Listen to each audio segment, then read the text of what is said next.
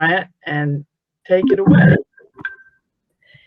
And James is going to run our slides for us today, which I'm very excited about.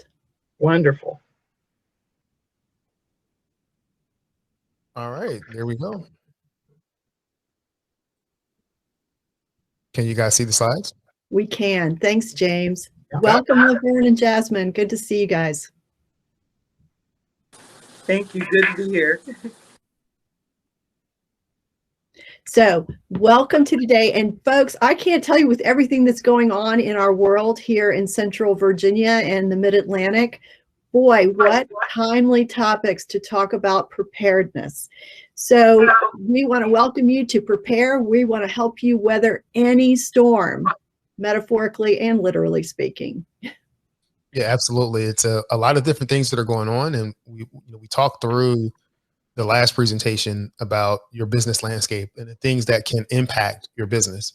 And so, you have the rising cost of lumber. If you're doing any kind of construction, now you have the spike in gas prices that's going on because of that disruption. So there's disruptions will continue to happen. And what Wendy and I want to do is to make sure that you're equipped and prepared so that you can weather any storm.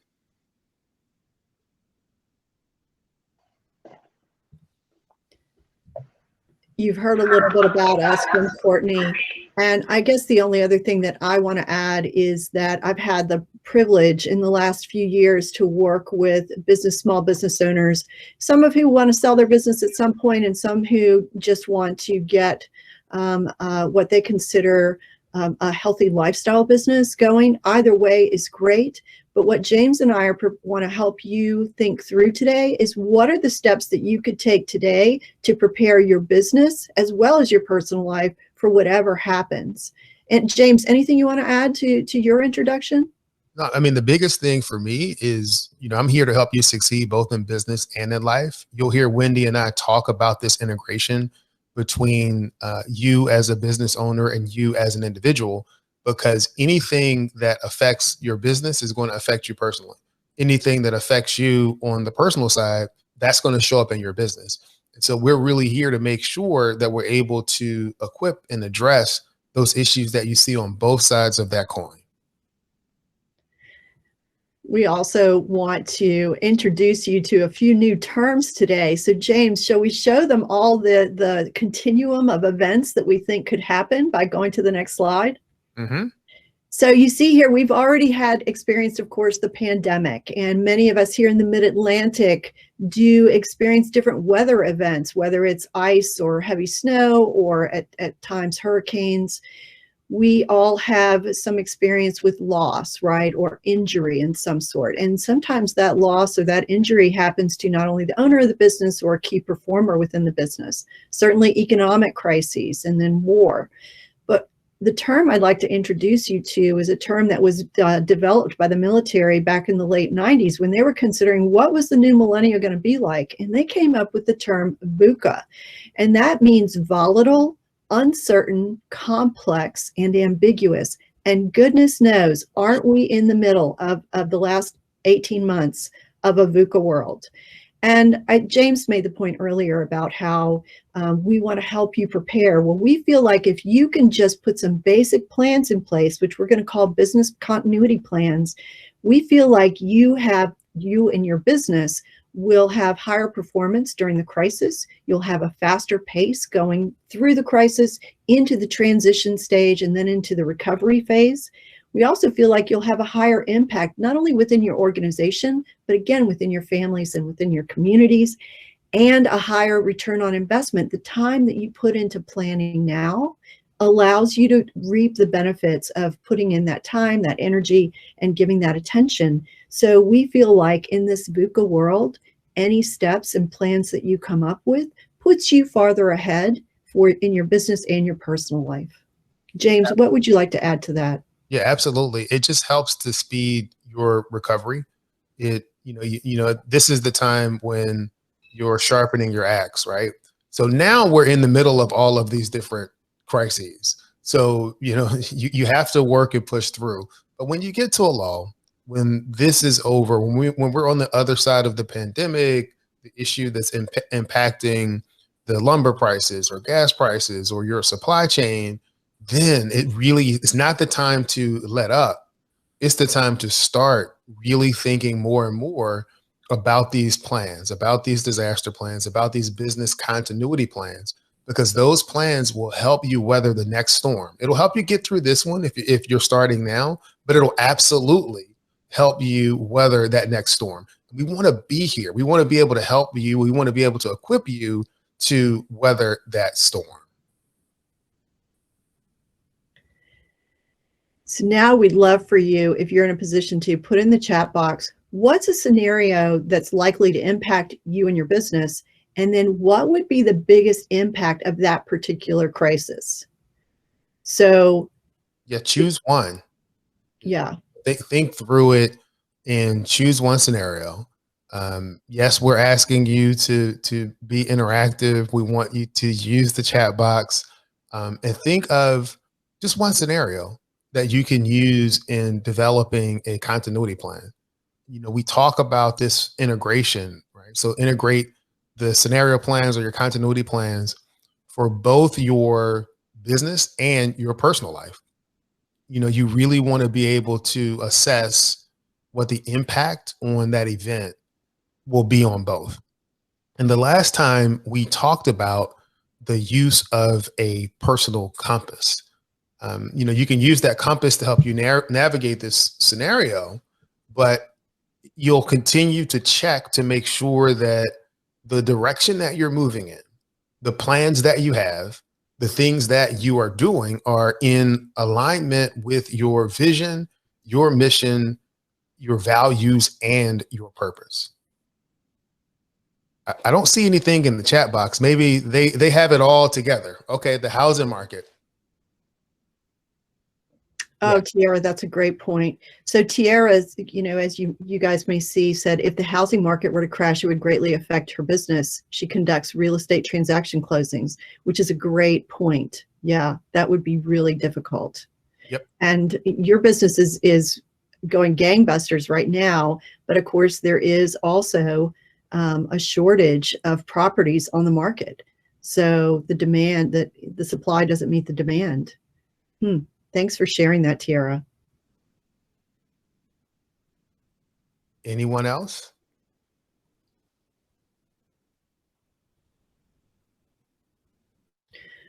One of the things that has affected one of my clients has been during this time that is in the home services realm are the price of construction supplies, materials, right? And so not only are the materials not always up to his standard as far as quality is concerned, he's also paying a lot more. So that has been a really difficult situation. And again, for people who are experienced and have weathered these highs and lows before, they know to build in that fluctuation in materials price. But if someone hasn't had that experience and doesn't have that knowledge, then and has not planned for that, then they maybe haven't protected their business by building in that fluctuation. Yes, that's absolutely true. You can think of the labor shortages of people that are trying to hire folks, and there's there are jobs that are available, but you really have to continue to entice people to come and work for you. I know several companies that are currently looking for people and they can't find them. And that's something that they did not anticipate or plan for. So that means that they're going to incur at some point some higher labor costs because the salaries are going to have to rise to be able to entice that demand for that particular position at that rate. That's right. And Gisela pointed out that material pricing has gone up like crazy. She said also shortages in certain materials. Yeah, that's certainly true. Another business owner that I know who has a painting business, paint after the debacle in Houston in the late winter really interrupted that supply chain. So that's a great point. Yep. Supply chain is a big issue in our economy.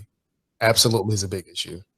And again, we feel like if you can begin to plan ahead, look at places where you rely almost exclusively on a certain supplier or a certain supply chain, how else can you build that out so that you can distribute your risk across a number of different suppliers so that you won't be caught in a situation of a shortage?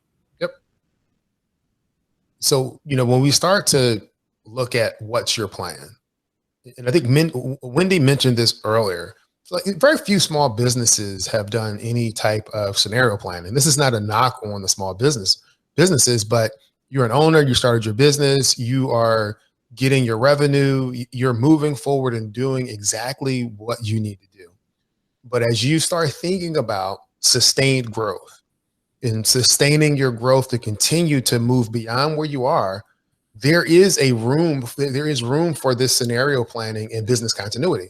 Whether it's planning, how can you plan for a pandemic? Well, I couldn't plan for a pandemic before, but now I can plan for some of the impacts that the pandemic had. So it could, and those impacts could be, the fact that people aren't able to go to work. So they're not able to go to work. They're not able to pay their rent. If they can't pay their rent, then I don't have the money to pay off my apartment complexes. That becomes an issue. So we start building in some ways that we can, that we build in a plan that will continue to keep us moving forward in the face of that type of crisis. That's a great point. So let's take a minute and think about the possibilities. What we're proposing, and we want to recognize, crisis can paralyze people. You could feel frozen, not knowing what to do. This plan gives you a place to start, right? So you're not trying to fly the plane and build it at the same time in the midst of a crisis. Because again, don't forget, most of the time when there's a crisis of some sort, not only is it affecting our business, it's impacting our personal lives. So a crisis can, yes, impact your revenue generation and your profitability in your business, but as the business owner, if all of your compensation comes from that business, it's definitely going to affect your ability to meet your financial obligations personally. So first, let's think about that product or service.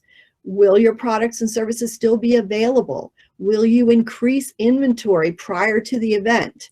Will you store that inventory on site or at some other location?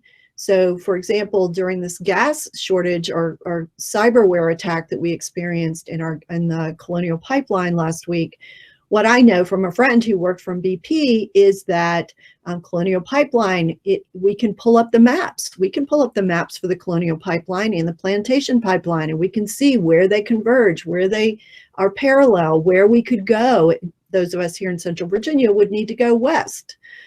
So we can take steps, and and the other piece of it is we know that there are 2 times a year when this happens, where we're at the lowest point in our country's storage of gasoline because they're shifting over to the summer or in later in this year, winter supplies. So those 2 supplies differ as far as their RVP ratios. So what we want to do is prepare for these things. And then that gives you guys, the people that prepare, a leg up during a crisis. Next, let's think about your people. I mean, workforce may not be engaged or productive or have access to your location. And the team may be in fight, flight, or freeze mode themselves. And then finally, consider about your customers or your clients. They may not have access to a means to purchase your products or services. I mean, their attention could be elsewhere. When the pandemic began, my clients were at an advantage because they were already used to working with me virtually. So that work was able to continue. How will you remind your clients and customers of your products and services with sensitivity towards their particular experience of the crisis? James, anything you want to add here? No, I think what you said is absolutely correct. But what I am interested in is going back to this point of the integration between our personal lives and our businesses, and just to think through, what are some strategies or things, does anybody here have a plan for their personal crisis, a personal crisis plan? We're talking about this for your business, but you also need to consider this for your personal life as well. And, whether that is making sure that you have your will or your trust, or you're talking to someone to consider how you're going to transfer your business when you retire, or someone gets sick, or something happens to you and you're not able to be at the helm of your company, your organization. Do you have those plans in place so that your business can continue to survive if you're not there for the day-to-day input? And it doesn't mean that you've passed away or anything, like that, but you may not be, something may come up where you have to spend your time and attention elsewhere. So do you have plans in place for that type of transition? If you do, hey, look at the, get into the chat box and let us know if there's some things that we can discuss, kind of walk through. Let's do that, because one of the big things that Wendy and I talk about, and we'll get to it on this next slide. Well, I guess there are two things. One is remembering your personal compass, your vision, mission, and your values and your purpose. We talked about that a little bit earlier in this webinar. We talk about that, in the webinar that we had before. And then it's this whole process of the pivot and pitfalls process. And so we're going to go to this next slide, and Wendy's going to talk a little bit more about this pivot and pitfalls so we can really get moving on developing those plans. Look, there are a lot of different processes you can use to do with planning your business, creating this scenario plan for your business in a crisis. We are just going to offer the one that we've deployed at different times and have found our clients feel like it's been useful for them. So I've called this the pivots and pitfalls process. It's my own version of PPP. And what we really think that you ought to do is look at this framework, take what works for you out of it, toss out the rest, and then actually use it. Even if it's a quick one-page run through the steps, that plan gives you that head start should one of these crises develop. And I say for different scenarios, because it's a very different thing if you as the owner came down with COVID and were in the hospital for several weeks versus there was a hurricane came through and your business was without power. Look at these different scenarios and create, even if it's just a one page, about what does the business landscape look like? And we'll walk you through these steps. James, why don't you get us started? Okay. So yeah, when you're looking at assessing the business landscape, we talk about both external and internal issues that are going on to your business. So you have to know, where you are, assess where you are right now from both a business and a personal perspective. So any crisis that you face personally, it's going to impact your business, and it's going to impact your ability to lead your business.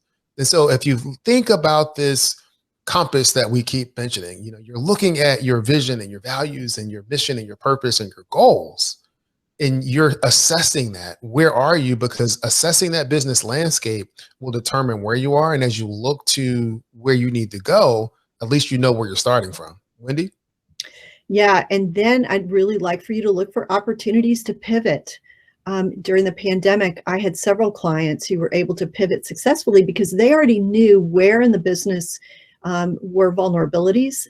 And sure enough, many of those vulnerabilities were made even more impactful during the pandemic. And so what they were able to do is turn things around. And so I'm going to get specific. One was Dances with Wool, Debbie Floyd's business that's on Midlothian Turnpike. I mean, she had virtually no online store, no online sales. And then that was one of the things that she knew that she wanted to develop in the future. It was going to be in her 5-year plan. And as it turns out, she was able to not only get that online store established, but she was also able to put all of her inventory online, come up with a new point of sale system. So she now has 30% of her revenue come from online sales. She before had a geographic reach of about 65 miles. Now she ships all over North America. So that's an example of somebody who already knew what their vulnerabilities were. They also knew what opportunities existed around that. She had a pretty good idea what it was going to take to make that pivot. And so when the pandemic hit and her store was closed down, she was able to do that. So she hit the ground running, and her entire team knew what their role was going to be. So I feel like that's another one. James. Yeah, I think that's absolutely important, is that plan does allow for your team to know what their roles and responsibilities are going to be. And when things are confusing, people shut down. When things are confusing, they go back to what they used to do. And in the midst of this crisis, or whatever the crisis point is, what you used to do may not actually work. And so you need to continue to change and continue to reinvent yourself. And so you change, of plan. There's a change of plans. And, part of that has to do with how you do your human resources. It could deal with operations, logistics, and supply chains. Maybe we're using one primary supplier, and now that supplier is not able to deliver your materials in a timely manner. So you start to then look at how can you diversify your supply chain and expand that out. It's time to diversify your supply chain. Is it time for you to look for other community partners or strategic partners that can help you actually do the work? I think, Wendy, you had a great example of that partnership in terms of looking for strategic partners. Absolutely. And one of the another company that I know of, I'm going to cite, it's a local company. It's not one of my clients, but Norman Construction Company, for example, they had a 3D printer that they had bought for another purpose. And so when the pandemic hit, they were actually, oh, and let me also mention, they do a lot of their work around senior care facilities. And so they had made PPE equipment for their own personnel so that they could continue their work, and then found out that they could supply it to other strategic partners within their community. I also want to offer, so I live in Powhatan, Virginia, and we have a beautiful brewery nearby, Fine Creek Brewery. And it was a place where they brewed everything on site, and people would come in and they served food, and it's beautiful. And then, of course, they were closed down. And so what they did was they formed a strategic partnership with a company that supplied them with bottles. It allowed them to bottle their beer. So then they were able to do carryout sales. So having these strategic partners can really help you out. And if you can build that into your plan and reach out to those people ahead of time, you don't have to work out the logistics in the middle of a crisis. Yeah, you never want to have to work out the logistics in the middle of the crisis, but sometimes you have to. But, one of the things that you're looking to do is to create plans for each stage of that crisis. And so there's planning that happens before the crisis, and it really gives you an advantage of when it happens. And so that's planning pre-crisis. Then you have the actual during the crisis, and you have this transition to recovery. And so these plans really help you to develop some strategic foresight. And you want to make sure, again, that this aligns with the compass that is developed for your company and for you personally, that aligns with the values, the mission, the purpose, and the goals. As there are a lot of clients that I have that were doing in-person meetings, and a lot of their revenue was generated from in-person meetings. So when, they would travel on location, have a meeting, it'd be great. And then that was their business model. So they had to pivot when the pandemic hit. And so now they've learned how to continue to generate revenue, but they have plans in place to transition an in-person meeting into a virtual meeting without severely sacrificing their net revenue. And so if something happens again in the future, then they're going to be able to continue to generate revenue in a different way than what they were doing before. James, another thing that I think that planning ahead allows you to do is to consider whatever trauma, the fallout from trauma it could have, and the fallout of that trauma as far as impact, not only on your business, but on your personal life and on the personal lives of all of your team. One of the things that the research is showing is that during the pandemic, there was this initial phase of crisis, then there was this middle phase of transition, and then from there was recovery. And what that transition phase looked like for a lot of teams was they kind of regressed. They isolated themselves, their mental health was deteriorating. So I feel like you as business owners, if you can plan now for how you would handle that, to just give yourself a reminder that that's happening not only for yourself, but for your team, I feel like it would really help you. And I'd love to give you an example of that. So the client that I mentioned, Debbie Floyd, she actually, during the midst of her revamping and creating that online store, she has created a team of people that they enjoy psychological safety. And what do I mean by that? Well, number one, everybody's opinion, everybody feels included. I mean, everybody has a voice at the table. Second of all, they feel comfortable. They know that if they want to try something, if they want to experiment, they're trying to learn something, they're not afraid to make mistakes. They're not afraid to fail. They don't feel like their team member is going to stab them in the back or the owner is going to get mad at them. They're willing to contribute their ideas. And then lastly, they're willing to challenge the owner when they feel like it's necessary.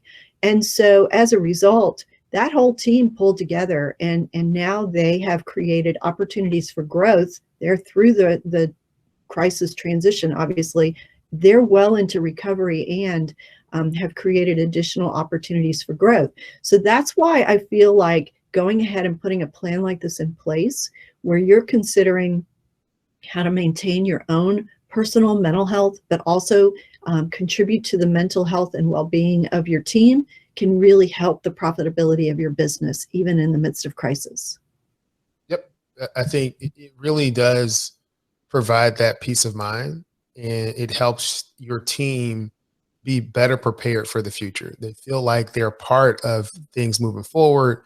As Wendy said, their opinion matters, and they take ownership. And that's one of the things you want to make sure that that your team has that ability to take ownership with what you're moving forward with, because it's going to impact and change all of them. And so part of providing that psychological safety, when they're starting to take ownership of the process and what's going on and how we're going to move forward, that will only help you continue to succeed and be efficient as you move forward, not only through the crisis, but to the other side of that crisis. So go ahead, Wendy. I was just going to say, James, the other thing that occurs to me to add here, this always happens when my brain is going so much faster than my mouth can work. So I apologize. I know what I want to say. And what I want to say is that when we have the opportunity to prepare like this, we then don't find ourselves in that rut of holding on with everything we have to the way we've always done things, even when it doesn't work anymore. And I have to tell you that there are a number of business owners that I ran across in the pandemic that they were giving everything they had to wait for things to go back to normal, to wait for the things they've always done to work. And sometimes, guys, it's not going to work ever again. And so create it as an opportunity. Your brain's going to thank you. Your family's going to thank you. But your team, you're going to be able to lead your team into that new growth and development so that those old standard operating procedures won't hold you back. Yeah, sometimes it's difficult to let go when you don't know what you're grabbing hold to, the next thing that you're grabbing hold to. You don't know that what's on the other side. When you have these plans in place, you have something that you can grab hold to move forward with, to help you get through this issue. And so here is, we pulled this slide in from our last presentation just to talk about, your compass.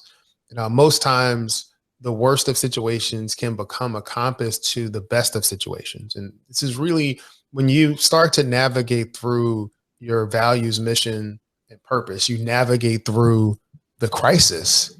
It helps to build you up and prepare you for whatever is going to be next. And so take the lessons that you've learned through this pandemic, through the things that you've faced in the past, incorporate those into your business continuity plans, your personal continuity plans, and to really help to guide you to where you want to go. Wendy? The other thing I'd like to add here is this might seem like one of those activities that you could do in your free time, and it's like, oh, no big deal. Why do I really need to do this? Well, if your team comes up with 3 different options and they all seem to be viable options for you to pivot, but you necessarily don't have the financial resources or the team resources to deploy all 3, you've got to choose. And how are you going to choose? Well, we feel like using this compass is one of the best ways to winnow out those options that aren't aligned with your values or your vision, that aren't aligned with your mission and purpose, and that aren't aligned with your goals. And it seems so obvious, but so often when I work with people, they have lost sight of those things because they're just trying to stay alive, right? They're just trying to meet that next payroll. And so they're going to grab onto this thing, this option that seems like the most profitable or will generate the most revenue and get them through that system, even though it's totally outside where they want that company to go in the long run or how they want to get there. So this can be one of the most powerful tools in your toolbox. Yeah, because every time you get off course, you're able to go back to this document, go back to your compass and say, okay, what adjustments do I need to make to get back on course? Things happen, right? The wind blows, life happens, things will come to blow us off course. But this is a tool that you can use to help you get back to where you want to go. Now, we've talked, through this, we've mentioned thinking about some issues that you may be going through. And so what we're planning on doing is using breakout rooms, but I don't think we're going to have to use breakout rooms, but we really do want you to think about a scenario and outline, just spend a minute or so and outline your plans. And if you would be comfortable with, share those plans. Yeah, so choose a scenario, and then we're not going to do breakout rooms, so you don't have to share it with a partner, but outline what your plan would be. Look at what your business landscape is, what the pitfalls are, where are the possible opportunities to pivot in that particular crisis. And then plan, jot a few notes about what would you in particular want to remember during the crisis, and how would you mitigate any trauma for your team or somebody else. There was a company that I read about who ended up having a meeting. And again, we want to recognize, so the last 18 months, we have had the pandemic. So we've had a health crisis, we've had a racial crisis, we've had an economic crisis, we've had ongoing environmental crises, we've had different shortage crises, all these crises that we've dealt with in the last year and a half. And we know that there are going to be other disruptions, as James mentioned earlier. So how can you jot some notes down now to remind yourself of when the next thing happens, whatever it is you choose to outline this plan for, what are the notes that you can make that will help you remember what to do during that crisis? Y'all, I'm ready with 4 breakout rooms if you want them.